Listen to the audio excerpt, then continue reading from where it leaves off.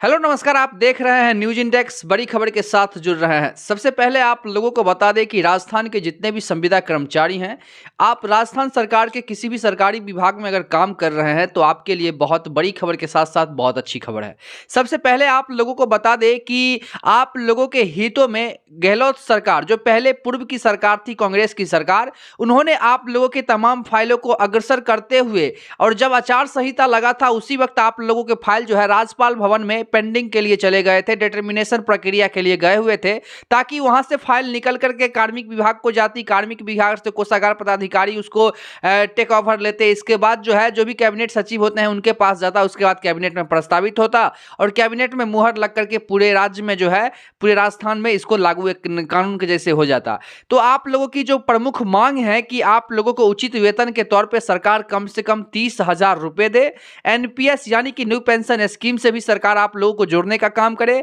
वहीं आप लोगों को मेडिकल एम पॉलिसी भी सरकार दे, एक्सीडेंटल इंश्योरेंस भी मिले, सप्ताह में छुट्टी मिले, राष्ट्रीय छुट्टी मिले, ईपीएफओ मिले, ईएसआई सहित अनुकंपा और आप लोगों को ग्रेचुइटी मिले। ये आप लोगों की मांग है और सरकार इस पर काम करने को लेकर के जो है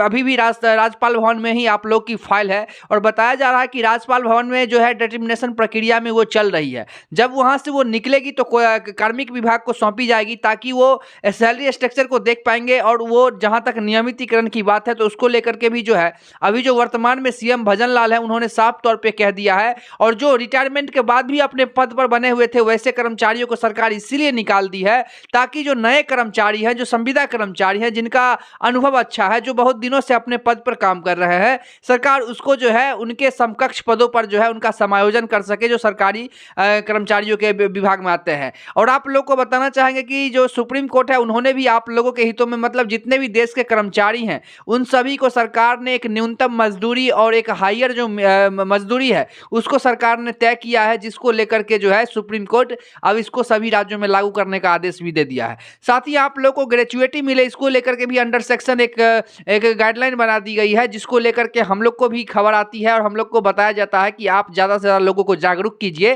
ताकि वो अपने हक के बारे में जानेंगे तो हक की लड़ाई के लिए मांग करेंगे तो सरकार उनको देने का काम करेगी। तो आप तमाम संविदा कर्मचारियों को यही बताने के लिए आज की इस खबर में हम आए हैं कि आप तमाम कर्मचारियों की फाइल डिटर्मिनेशन प्रक्रिया में चल रही है। जैसा कि मैंने आप लोगों को पहले भी बताया था, अभी भी बता रहा हूं, तो आप लोग पेशेंस नहीं हारिए, क्योंकि बीजेपी सरकार जो है ये आप लोगों के हितों में कुछ नया करेगी और सरकार काम भी कर रही है। आप लोगों को बताना चाहेंगे कि जिस चीज का शुरुआत अशोक गहलोत जी किए थे, उसको अभी जो सीएम वर्तमान में है भजन लाल, उन्होंने अपने